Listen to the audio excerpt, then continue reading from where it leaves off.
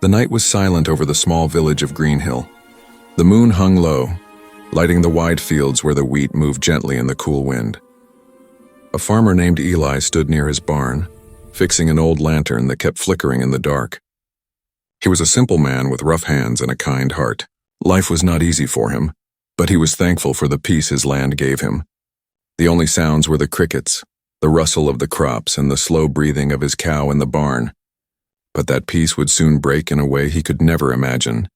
It began with a strange hum in the air, low at first like a faraway storm. Eli stopped his work and looked up. The stars above him seemed to shake. Then he saw it, a bright light racing across the sky faster than anything he had ever seen. It burned like fire, cutting through the clouds, leaving behind a glowing trail. The ground trembled under his feet. His animals cried out in fear. Eli's heart pounded. "What in heaven is that?" he whispered. The light grew larger, louder, and brighter, and then with a blinding flash it crashed into his wheat field. The explosion shook the air. Birds flew screaming into the night. Eli fell to the ground, covering his head as dust and heat spread around him. For a moment everything went silent again. No wind, no sound, only the smell of smoke and metal. He stood up slowly, his hands shaking. In the middle of his golden field, a dark crater burned, glowing with blue light. Flames licked the edges of the hole and strange sparks rose like fireflies. Fear gripped him, but curiosity was stronger. Eli grabbed his lantern and walked carefully toward the crater. The closer he came, the more he felt the air humming around him, full of strange energy. His lantern flickered again, and then the light went out completely. Still, he stepped closer. Inside the crater was not a rock, and it was something else. Something made of shining silver metal, cracked and smoking. It looked like a large egg or maybe a machine. On one side, it had a mark that looked almost like writing, but not in any language he knew. He leaned forward, trying to see better. That's when he heard it, a sound that froze him in place. A weak, trembling voice whispered, "Help me." Eli stumbled back in shock. Someone was inside that thing. He stood there, unsure if he was hearing things. Then the voice came again, a little louder. "Please, help." It didn't sound human. The voice was deeper, strange, full of echoes. His mind told him to run, to call someone, but his heart told him to stay. Slowly, he climbed down the edge of the crater and touched the surface of the metal pod. It was hot but not burning. He found a small opening, half melted, and tried to pull it wider. The moment his fingers touched the metal, it moved on its own, hissing softly as if it understood what he wanted. A part of the shell slid open. Inside, Eli saw something that didn't belong to this world. A creature, tall, wounded, wearing pieces of dark armor that looked half broken, half alive. Its skin shimmered with shades of silver and blue. Strange tubes were connected to its chest, and a thick liquid, glowing blue, ran down its side. Its face was partly hidden by a helmet, but its eyes were glowing like two tiny stars. For a second, those eyes met his. Eli froze. His breath caught in his throat. The creature tried to speak, but coughed instead, sparks flying from a device on its chest. "Please," it said again. "Hide me, they will come." Eli's fear was now mixed with pity. He could see pain in the creature's movements.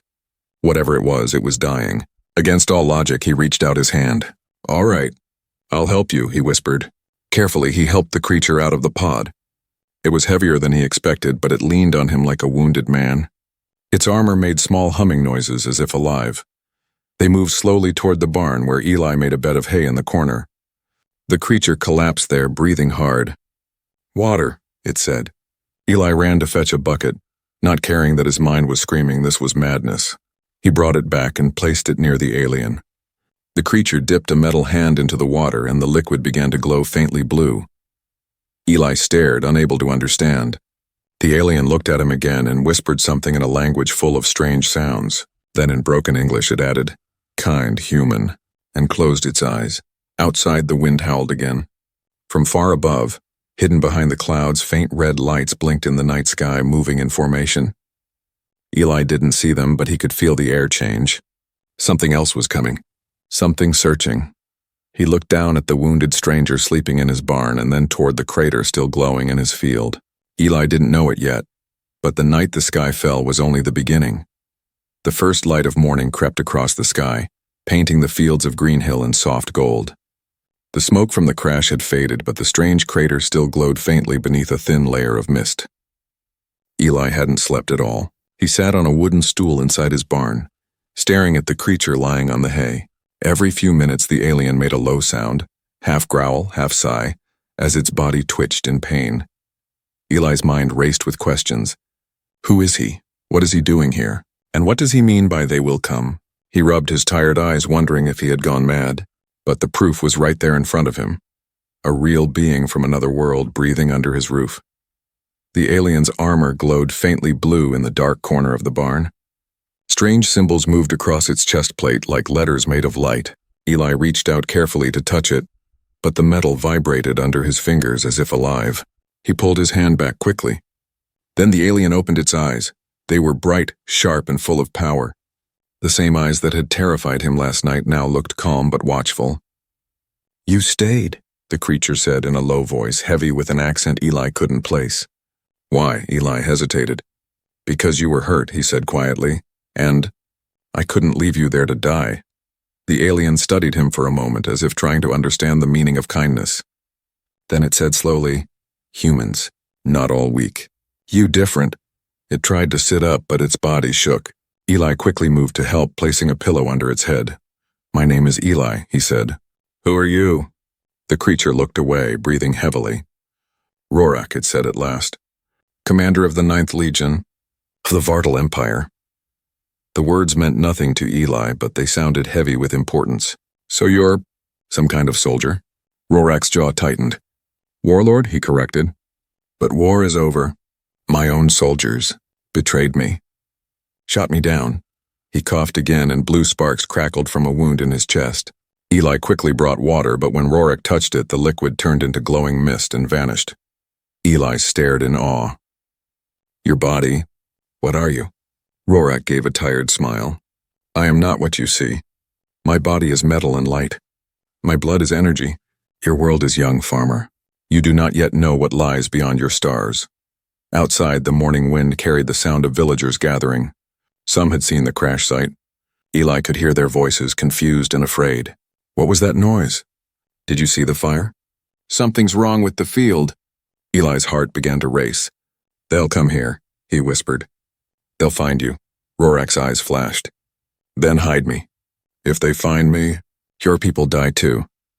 Without another word, Eli threw an old tarp over the alien and moved some hay around the spot to make it look normal. Just then there was a loud knock on the barn door. It was his neighbor, old Tom. "Eli," the man shouted. "You seen that thing in the sky last night? Some folks say it fell near your land." Eli forced a shaky smile. "Just lightning, I think. Hit the field." "Nothing serious," Tom frowned. "Lightning? That didn't look like no storm. You sure you're okay?" "Yeah," Eli said quickly. "Just cleaning up the mess." Tom stared for a moment, then nodded slowly. "All right. But be careful. The government's sending people here. Some kind of team from the city." When Tom left, Eli shut the door and leaned against it, breathing hard. Rorak's voice came from behind him. "Your people are curious and dangerous. They must not see me." Eli turned. "Then tell me what's going on. Who are you running from?" Rorak looked at him with sadness. "My kind, they hunger for power. I held the power to end wars, a weapon that bends suns. They wanted it. I refused. So they destroyed me." He touched the glowing wound on his chest. "But they will come again. They will not stop until they find what I carry."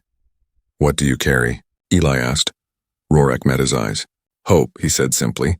"And destruction," in the same breath. A chill ran down Eli's spine. He didn't understand everything, but he could feel the truth in Rorak's voice. This wasn't just about one alien. It was about something much bigger. Suddenly, the lights in the barn flickered and the ground vibrated slightly. Rorak's head snapped up. "They found me," he whispered. His eyes glowed brighter. "The hunters. They are near." Eli looked through a crack in the barn wall. In the distance, 3 black cars were driving down the dusty road toward his farm. The sun reflected off their windows, and inside he could see dark figures wearing suits. "Who are they?" Eli asked. Rorak's answer was cold and final. "Not men," Eli swallowed hard. The rumble of engines grew louder. He turned back to Rorak. "What do we do now?" Rorak's eyes flashed blue like lightning. "We survive," he said. "Together." Outside, the cars stopped. The doors opened in perfect silence. 3 tall men stepped out. their faces hidden behind dark glasses. They moved slowly toward Eli's house. Inside the barn, Eli felt his world shift forever. The quiet farmer's life was over. He was now part of a secret war, one that had begun far beyond the stars. And somewhere deep inside him, fear and courage began to grow side by side. The quiet morning in Greenhill was gone. By afternoon, a heavy stillness hung in the air around Eli's farm. Even the birds seemed to sense that something unnatural had come. Eli stood by his barn window watching as 3 black cars rolled up the dirt road. The vehicles moved too smoothly, too quietly, as if they weren't made for this world. Rorak, the alien warlord, sat hidden beneath the barn floor, surrounded by hay and old tools. His armor dimmed its blue glow until it looked like dull steel. He had told Eli not to speak unless he must. "These are not your kind," Rorak had warned. "They look human, but their eyes will betray them." Eli's hands trembled as he wiped the sweat from his forehead. 3 men stepped out of the cars, tall, dressed in black suits, wearing the same dark glasses that hid their eyes. Their movements were slow, almost too perfect, like machines trying to act human. One of them called out in a flat, calm voice, "Mr. Eli Turner?" Eli stepped forward, forcing his voice not to shake. "Yes, that's me." "What's going on?" The man smiled, but it was the kind of smile that never reached his eyes. "We're from the government," he said. "There was a meteor report in this area last night. We're investigating. Did you happen to see anything unusual?" Eli felt Rorak's warning echo in his head. "They look human, but they are not." He forced a nervous laugh. "Meteor, you say?" "Just a bit of thunder and wind, I think. My field caught fire, but it's fine now." The men exchanged a glance. Then one of them stepped closer. His voice was colder this time. "Mind if we take a look around, Mr. Turner?" Eli's heart hammered in his chest. "I'd rather you didn't, private property," he said quickly. The man tilted his head as if trying to understand defiance. Then he smiled again. "Of course. We respect privacy." He turned, but before leaving, he looked directly at Eli. And in that moment, a faint shimmer of blue light passed through his glasses. Eli's stomach turned. Rorak had been right. These men weren't from the government. They were something else, hunters. When the men finally walked back to their cars, Eli rushed into the barn. Rorak was already standing, his armor pulsing faintly again. "They are scouts," Rorak said. "They came to mark this place." "Mark it? For what?" Eli asked. Rorak looked toward the sky. "For death." Eli's throat went dry. "You mean—" "They'll come back?" Rorak nodded. "They send the Watchers first. Then the destroyers. You have hours, maybe less." Eli felt his knees weaken. "Then go, leave." "Take whatever ship you came in, and my ship is broken," Rorak said sharply. "It cannot fly. And if I leave, they will burn this world to find me." The barn suddenly shook with a deep, distant rumble. Eli ran outside. Over the horizon, dark clouds began to form, but they weren't clouds. They moved too fast, too straight. Rorak stepped beside him, his eyes narrowing. "Drones," he muttered. "They are coming." Eli turned to him. "Then what do we do?" Rorak looked at the farmer, this simple human who had shown him kindness, and something strange crossed his face, almost like respect. "We fight," he said, "but not as soldiers. As survivors." They worked quickly. Rorak powered up parts of his armor, wires glowing as he attached them to scraps of Eli's farm equipment. Old metal, broken engines, and tractor blades became traps that hummed with alien energy. Eli didn't understand the technology, but he helped, moving fast, trusting Rorak's every command. As the sun began to sink, the sky turned a deep orange, and then, one by one, glowing shapes appeared above the clouds. Drones, when silver, round, and silent, or descending toward the field. Eli's fear turned into raw adrenaline. "There's too many," he shouted. Rorak's armor brightened. "Then we make them fear the ground." The first drone fired a beam of red light, burning a line through the crops. Rorak raised his hands, a blue shield of energy formed, blocking the attack. Eli ducked behind a fence as another beam scorched the barn wall. The air smelled of smoke and metal. Rorak shouted, "Now!" Eli ran to the tractor and pulled a lever. The machine roared to life, sending a burst of electrical current through the wires. The traps exploded in light. Several drones fell, crashing into the dirt like meteors. But more kept coming. Rorak fought like lightning, moving faster than human eyes could follow. Energy blasts fired from his hands, hitting drone after drone. Yet with every hit he grew weaker.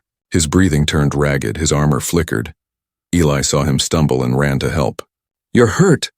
Rorak growled. "Do not stop." The Corps shut it down. He pointed to a fallen drone that was flashing red. Eli ran toward it, covered his face from the heat, and smashed it with a shovel. Sparks flew everywhere. Finally, the noise faded. Smoke drifted across the destroyed field. The last drone exploded in a cloud of dust and light. Eli fell to his knees, gasping for air. Are they gone? Rorak leaned against a fence post, his armor cracked, his eyes dim. For now. He looked up at the darkening sky. But more will come. They always come. Eli looked around at his burning field, at the ruined barn, and at the strange being who now seemed more fragile than ever. Why are they after you, Rorak? What are you hiding? Rorak turned his glowing eyes toward him. A secret, he said softly. Something your world should never see.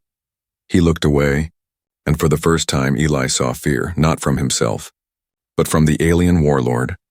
That night, as the stars returned above the smoking fields, Eli realized something chilling. The war that had started light years away had now reached his doorstep. The night returned to Greenhill, but it no longer felt peaceful. Smoke still curled from the burned fields, and the sky above seemed heavier, as if it were waiting for something terrible to fall again. Eli sat on the steps of his damaged barn, staring at the wreckage. The drones were gone, their remains scattered like pieces of silver stone, still glowing faintly in the dirt. The smell of burnt wheat and hot metal filled the air. Inside the barn, Rorak sat motionless, his armor cracked, blue lights flickering weakly. He looked smaller now, not the mighty warlord Eli first saw, but something broken, tired, and old. Eli had bandaged his arm even though he wasn't sure if the alien could feel pain the way humans did. Still, it felt like the right thing to do. Why do they want you so badly? Eli asked quietly. Rorak's eyes flickered open. Because I betrayed them, he said. His voice was low, filled with something heavy, guilt maybe. The Vartal Empire does not forgive. I was their general, their destroyer. I commanded fleets that burned worlds. But one day I saw what we were doing, and I stopped. Eli frowned. You stopped? Killing? Rorak nodded slowly. Yes, I turned against them. I stole something that could end their rule. That is why they hunt me. They will kill every living thing that stands between them and what I carry. Eli felt a chill crawl up his spine. And what do you carry? Rorak looked at him for a long time. Then he touched the glowing core on his chest. A starseed, power from the heart of a dying sun. It can create or destroy. In the wrong hands, it could burn your earth to dust. Eli swallowed hard. He wanted to be angry, to shout, to demand why this alien had brought danger to his doorstep. But he couldn't.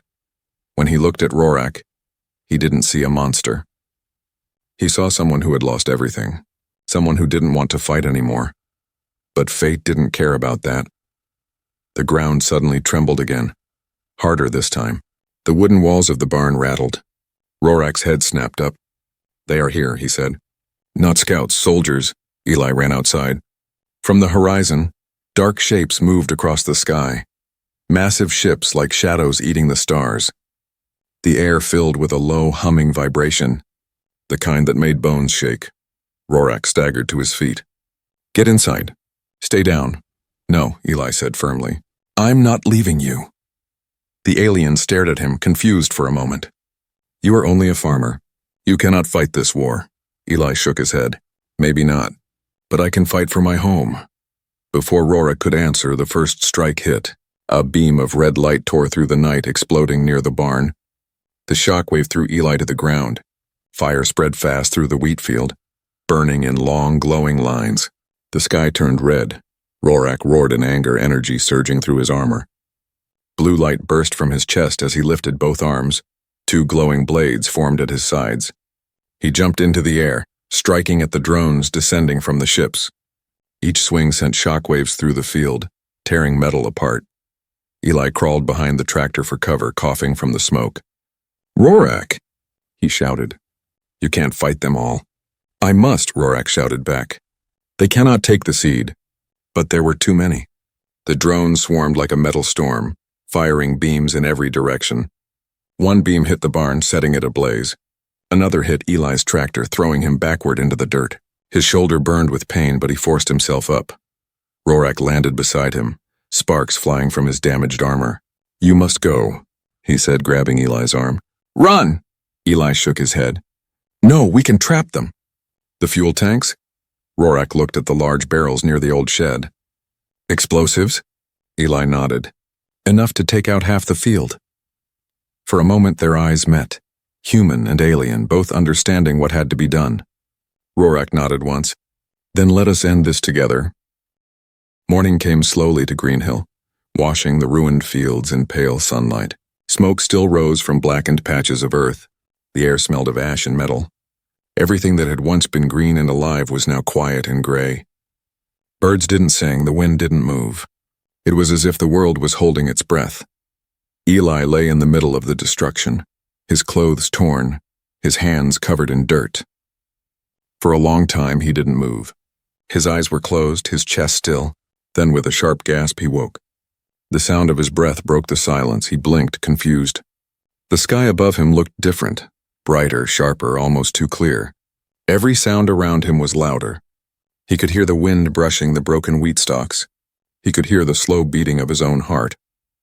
And beneath it all there was another sound, a low hum, soft but constant, like the earth itself was alive. Eli sat up slowly. His body felt strange, heavy yet powerful. His shoulder, which had been burned in the fight, was healed. His hands looked normal, but when he turned them toward the sunlight, faint blue veins glowed under his skin. He looked around for Rorak. The alien's body was gone. Only pieces of his armor remained, scattered near a small crater still glowing faintly blue. Eli crawled toward it, his heart pounding. "Rorak," he called weakly. No answer. He touched one of the armor fragments. It was warm, and the moment his fingers made contact, light burst from it. A beam of blue energy wrapped around his hand, and for a second he saw an image. Rorak standing tall, surrounded by stars. Then a voice echoed in Eli's mind. "Do not fear, Eli, I am not gone." Eli fell back in shock, his eyes wide. The voice wasn't coming from the world around him. It was inside his head. "Rorak," he whispered. The voice spoke again, calm and deep. "A part of me lives within you now. My energy, my essence. You are changed." Eli's breathing quickened. "Changed? What do you mean?" "When I gave you my life, I passed on the star seed. It lies within your heart now. It will protect you, but it will also test you." Eli shook his head. "No, I'm just a farmer. I can't handle—" "You are more than you believe," and Rorak's voice interrupted softly. "Kindness is the rarest strength in the universe. That is why I chose you." The light around Eli's hand faded, leaving him trembling and speechless. He looked at the blue fragment again. It was now dull, lifeless, as if its spirit had moved on. Over the next few days, Eli stayed hidden in what was left of his home. He rebuilt part of the barn using old wood, keeping his field's ruins covered. The villagers came asking questions and about the explosion, the fire, the strange lights. Eli lied and told them it was an accident, a fuel tank that had burst. They believed him mostly, but Eli knew better. At night he couldn't sleep. When he closed his eyes, he saw stars, endless spinning stars and strange visions, ships flying through oceans of fire, soldiers with eyes of metal, a world crumbling into darkness. Sometimes he woke to find objects floating slightly above the ground near him, tools, cups, even pebbles, moving with a faint blue light. He tried to control it, but the energy within him responded to emotion. When he was calm, it was quiet. When he felt angry or afraid, it sparked through his veins like lightning. Once, when a group of boys from the village came to steal from his barn, Eli shouted at them, and the barn door slammed shut on its own. The boys ran away screaming, saying the farmer's land was cursed. That night, Eli stood alone outside, staring at the sky. "What's happening to me, Rorak?" he whispered. The voice answered, softer now, like a memory fading. "Your body is learning. The seed is adapting. You are the bridge now, between worlds," Eli sighed. "Then what am I supposed to do with it?" "When the time comes, you will know," said the voice. "But be ready. The Vartal are not done. They will return, not for me, but for you." The wind howled through the broken field. Eli felt the truth in those words like a weight in his chest. He wasn't safe. The village wasn't safe. He spent the next morning fixing fences and clearing burnt debris, trying to feel normal. But even the animals seemed to avoid him now. His cow refused to come near. Birds circled overhead but never landed, and when he looked into his reflection in the water barrel, he didn't see the same man. His eyes, once brown, now glowed faintly blue. That night, as rain began to fall, Eli sat inside the barn beside the cold armor pieces. He held one fragment tightly, whispering, "If you can still hear me, Rorak, what am I supposed to do?" The fragment flickered once, just a single pulse of light, and a small holographic shape appeared above it. It was Rorak's face, faint and ghostly. "Eli," the image said, "they will come again. You must be ready. Protect the seed, protect your people. The fate of 2 worlds is now in your hands." Before Eli could speak, the light faded completely. The barn went dark again. Outside, thunder rumbled. Lightning flashed across the horizon, and for a brief moment, Eli thought he saw something in the sky. Distant, moving shapes hidden in the clouds. He clenched his fists. The blue glow under his skin pulsed once, brighter this time. The farmer of Greenhill was gone. What stood there now was something new, something powerful, and somewhere, far above Earth, the war he thought was over had just begun. Days passed, and the quiet life of Greenhill slowly returned on the surface, but not for Eli. Ever since the night of the explosion, something inside him had changed. He no longer felt human, not completely. The blue light beneath his skin pulsed like a heartbeat that wasn't his own.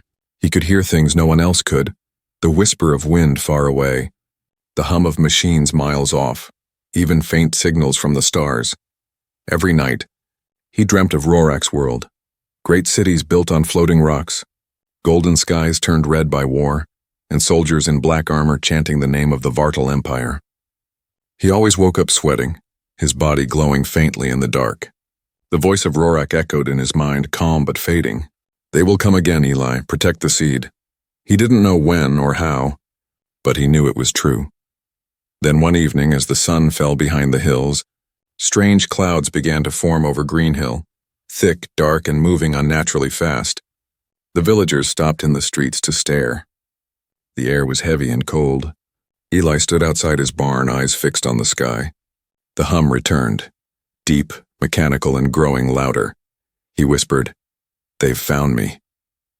Within minutes, the first lightning bolt struck, but it wasn't lightning. It was a beam of red energy that hit the old grain tower at the edge of the village, blasting it into pieces. The ground shook.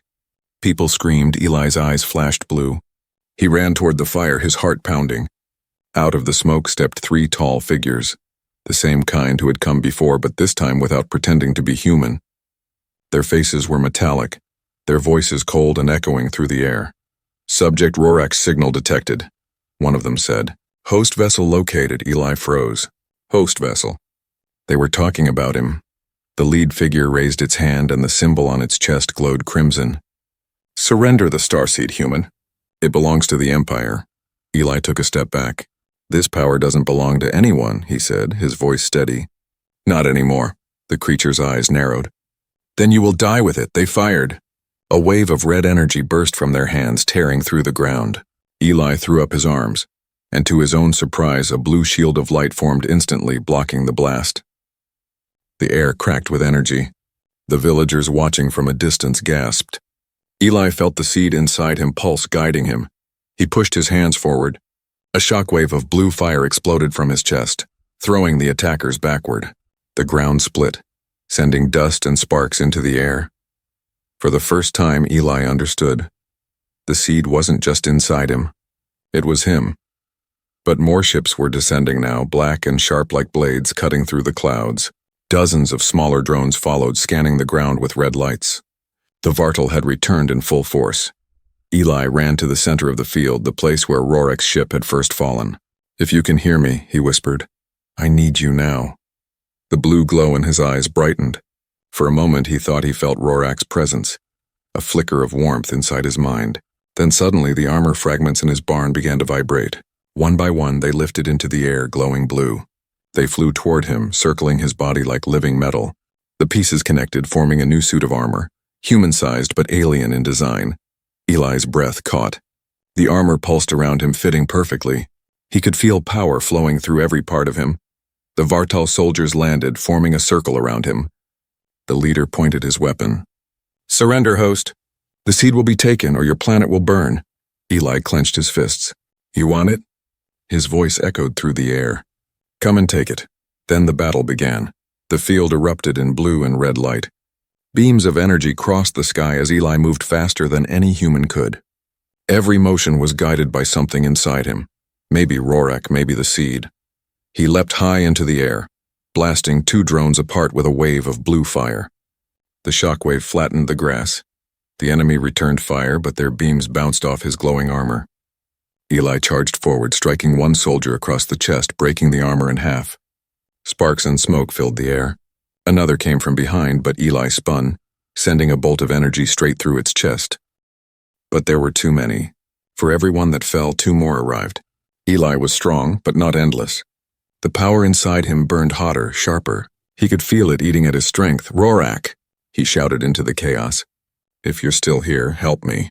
For a heartbeat, the world went silent. Then the ground beneath him began to glow. A deep voice echoed through the air. Rorak's voice. "You are not alone, Eli." A surge of blue energy exploded from the ground, knocking the Vartal soldiers backward. From the clouds above, a familiar light appeared. Rorak's ship, repaired and shining like a star. Its massive form cut through the smoke, firing beams of blue light at the enemy ships. Eli stared upward in awe. "You came back." Rorak's voice filled his mind once more. "I never left you.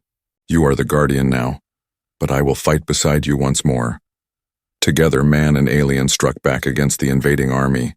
The night sky became a storm of fire and light, a war between blue and red, hope and destruction.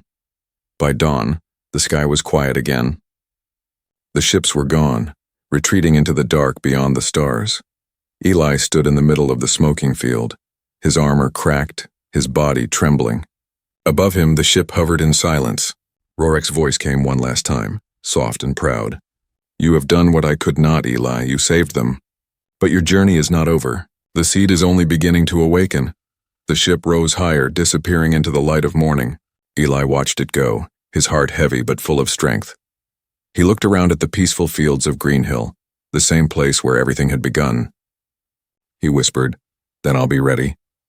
As he walked back toward his home, the faint blue light under his skin flickered again, steady, alive. The war might have ended for now, but the universe had just found its new protector. Dawn broke over Greenhill, quiet and golden. The smoke from the battle had finally faded, leaving only the broken earth as proof of what had happened. The villagers had fled in fear, whispering stories of blue lights and monsters in the sky, but the truth of that night was something none of them would ever understand. Eli stood in the middle of the burnt field, his armor cracked, his face covered in dust and ash. His breath came slow and heavy. The silence around him was deep, the kind of silence that only comes after chaos. Above him, the sky stretched wide and calm, hiding the stars that had watched everything. He felt hollow, like something inside him was slowly fading. The starseed's light still glowed under his skin, but it was weaker now, quieter. The energy that had once burned through his veins felt distant, almost asleep. He looked to the sky, hoping for a sign, a flash of blue light, a voice, anything. But Rorak's ship was gone. For the first time since this all began, Eli felt truly alone. He spent the next few days wandering his land, helping his neighbors rebuild their homes, pretending everything was normal. When people asked what had happened, he simply said, "A storm." They believed him because they wanted to. Nobody wanted to believe that war had come from the stars. But every night Eli felt the same pull inside his chest, a quiet vibration, like the heartbeat of something far away. It was as if the universe itself was whispering to him. Then one evening it happened. He was mending a broken fence when the wind suddenly stopped. The air around him shimmered and the faint hum of the starseed grew louder. Blue light began to rise from the ground, swirling around him in soft spirals. The sky darkened, though no clouds moved in. The stars above flickered like candles in a storm. And then from the light a figure began to form, tall, bright, and familiar. "Rorak," Eli whispered. The image of the alien warlord appeared before him, made entirely of blue energy. His eyes glowed softly, his expression calm. You have done well, Eli, the voice said, not with sound but directly into Eli's mind. The Vartal are gone, for now. Because of you, this world is safe. Eli stepped forward, his throat tight. I thought you were gone forever. Rorak smiled faintly. In a way, I am. My body perished long ago, but the seed keeps a memory, a spark of what I was. I exist now only as part of you. Eli swallowed hard. Then why do I still feel empty, like something's missing? Rorak's form flickered gently. Because you are still human. You have heart, and with heart comes pain. But there is one more thing I must give you. The last gift of the starseed. Before Eli could speak, Rorak raised his hand.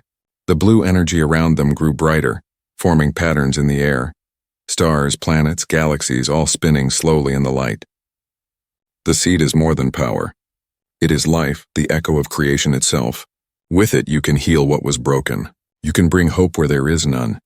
Eli's eyes widened. You mean, I can fix this? He looked around at the burned earth, the ruined crops, the shattered homes. Rorak nodded. Yes, but every gift has a price. When you use the seed to give life, it will take part of yours. You must choose. Your world's future or your own. Eli stared at the glowing patterns of light. The choice was impossible. Yet, in his heart, he already knew what he would do. He stepped forward and placed his hands on the ground. The blue light around him pulsed once, then burst outward in a wave that spread across the fields. Wherever it touched, green life began to bloom. The blackened soil turned fresh and alive. Crops rose from the ashes, strong and golden. The trees that had fallen straightened again. The fires vanished. The entire valley shimmered with new light, alive, reborn. Eli gasped, feeling his strength fade. The light from his body began to flicker.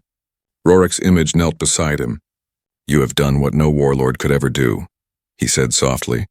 You gave instead of taking. Eli smiled weakly. I'm just a farmer. Rorak shook his head. No, you are the guardian of worlds. The light began to dim. Eli's body felt weightless. The sky above glowed brighter, and for a moment he saw the stars open. Not as distant dots of light, but as doors, endless and beautiful. Rorak's voice grew softer. Your kindness has changed more than one world. Wherever the seed travels, it will carry your spirit. You will never be forgotten.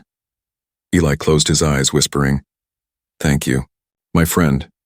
And then, with a final flash of light, he was gone. When the villagers came the next morning, they found the fields alive again, greener and fuller than ever before. The old farmer's house stood untouched, peaceful, empty. But in the center of the field, where the battle had once burned everything, a single blue flower had bloomed. It glowed faintly, even in the daylight. No one knew what it meant, but the villagers felt something when they looked at it. Warmth, peace, hope. They began to call it the Guardian's Gift.